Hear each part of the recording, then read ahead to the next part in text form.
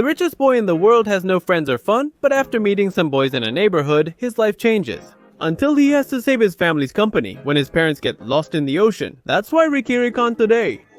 If you enjoy the videos, support the channel by liking, subscribing, and enabling notifications. It's free and really helps me keep growing. Let's get started. Let's meet Herbert, the butler of the Rikon family, as he recounts the day Rikirikon, our protagonist, was born. From birth, he was named the wealthiest baby on the planet, thanks to the fortune created by his parents, Regina and Ricardo Rikon. Even all the money in the world wouldn't prevent them from spending time with their son, trying to teach him from when he was a baby about finance and the stock market as his first words. As the new baby was growing, it was Herbert who took care of his teachings. Until Ricky began to develop a certain passion for baseball, so he would often practice with his father at the office and then enjoy driving his toy car around the house. But as time passed, his passion for baseball only intensified. So much so that they hired professional players to teach the boy how to hit much better. Later, the city is shown at an event. A factory near bankruptcy was bought by Mr. Rikon to save jobs. Since he couldn't attend, only Ricky and his butler arrive as the neighborhood kids play baseball in the street and observe the commotion. Our protagonist prepares to give a thank you speech for a set of keys that are given to him for having saved the factory from bankruptcy. Then, Ricky sees how the kids are having fun playing and tries to approach them. Until he is caught by the head of security, Ferguson, to make him go back, but Herbert kindly asks him to return and scolds the guard for being so violent. Later, the helicopter arrives at the mansion and he is told that his father has returned from a business trip. So when he enters the house, he goes to see his family. To try to tell his father that he saw some boys playing baseball in the street, but a call from the president interrupts them. He attempts to inform his mother that he plans to have friends over, mentioning they aren't from school due to their busy schedules. Until Herbert interrupts her again to attend his chemistry class. Meanwhile, Professor Speedy Ray demonstrates a machine that seemingly fails to function as intended. When Ricky arrives, he asks to see another invention. There will be a powerful glue that accidentally sticks to one of the workers. Meanwhile, Regina asks an artist to modify a giant carving of her family to make her husband look thinner, just as he arrives to tell them that he will have to go on a trip again. The professor teaches the protagonist about another invention, a robotic bee he can control. And while he tells him all that they have invested in it, his butler breaks it thinking it was a real bee. At night, Lawrence visits the Rikon mansion to discuss business with Ricardo as he has different plans for the factory. The boy dislikes it, so he eats so far away that they must talk on the phone.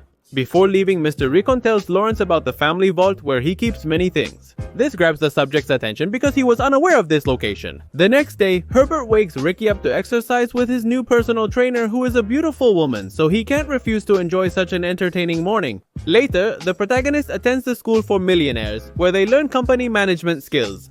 The boy would rather send faxes to his friends for fun than focus on their class, while his classmates discuss business like professionals. But the boy wants to have fun and invites everyone to his house to play like normal kids, although everyone is so busy with trips that they won't be able to go. So he goes back to Herbert's house and decides to put aside his entire schedule to divert his path to the neighborhood he was in before. He attempts to persuade the kids to play together, but as a rich kid, they believe he wants to embarrass them and decline to play. Until the boy challenges Gloria, the girl in the group. And to make it more interesting, they decide to bet $10 each and the winner takes it all, so everyone gets ready. And the girl first tries to hit Ricky, but then manages to hit the ball and send it to a window. In the distance, getting screams from Herbert and the scorn of all the children who kick him out of the place. The next day, they have to go to England to have tea with the Queen, and the head of security places a strange package in the plane's luggage before the Rikon family arrives. Regina notices the boy's unhappiness, and the butler explains what occurred with the other children. Then Herbert convinces Mrs. Rikon to let him stay for the weekend so he can enjoy common and fun activities instead of having tea with the Queen. The butler informs the protagonist about visitors hours later. He invited all the neighborhood boys to his house for quality time, reflecting his childlike nature. Everyone enters the mansion and discovers a private McDonald's, which Professor Speedray is already using. Everyone then plays basketball and enjoys the house's attractions. Meanwhile, the butler and Gloria's mother get to know each other a bit until they are forced to get to know each other more closely. The boys had a race. Meanwhile, Ricky's parents traveled in their private plane. Until Ricardo feels like looking for some chocolates using one of his toys to know what each package has. They discover what the security chief placed on the plane, initially unaware of its purpose. But then they discover that it's a bomb and they throw it out the window, causing it to explode in the back of the plane and making it plummet. Now the boys must depart the mansion following the greatest day of their lives. But one of them reminds them that they were promised $100 for going there, although Gloria says she doesn't want them because the fun was worth more than that.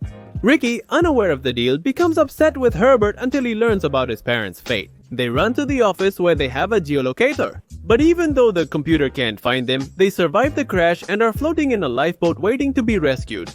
Lawrence celebrates his achievement as he planned everything with Ferguson's help. However, they tell him that the boy was not on the plane and could be a problem, although this does not prevent him from self-proclaiming as the new head of the company. Days later, Gloria speaks with Ricky about the factory they opened, which Lawrence shut down. So our protagonist prepares to visit his father's company with the support of Herbert. Lawrence then interrupts his difficult meeting with his secretary to console the boy, offering insincere condolences. Just to hear that Ricky will be the new head of the entire company. And even though the man tries to convince him that he doesn't have the power or the age to run the business, Herbert makes sure to tell him that the boy owns 51% of the shares. With his authority as a guardian, he will have voting rights in business meetings. Now begins the whole era of victories for young Rico, sabotaging Lawrence every chance he gets, and raising the company's stocks, maintaining quality until his father returns.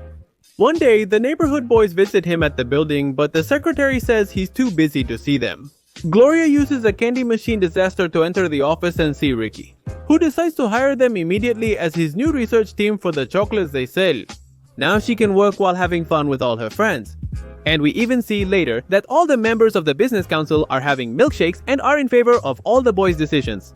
Fed up with the humiliations, Lawrence schemes with the security chief. Although this time it's not against our protagonist directly. Sometime later, the police raid the company's offices to take Herbert away because they found explosives in his room. They accuse him of murdering Ricky's parents. As part of the plan, Lorenz requests custody of the boy to handle everything.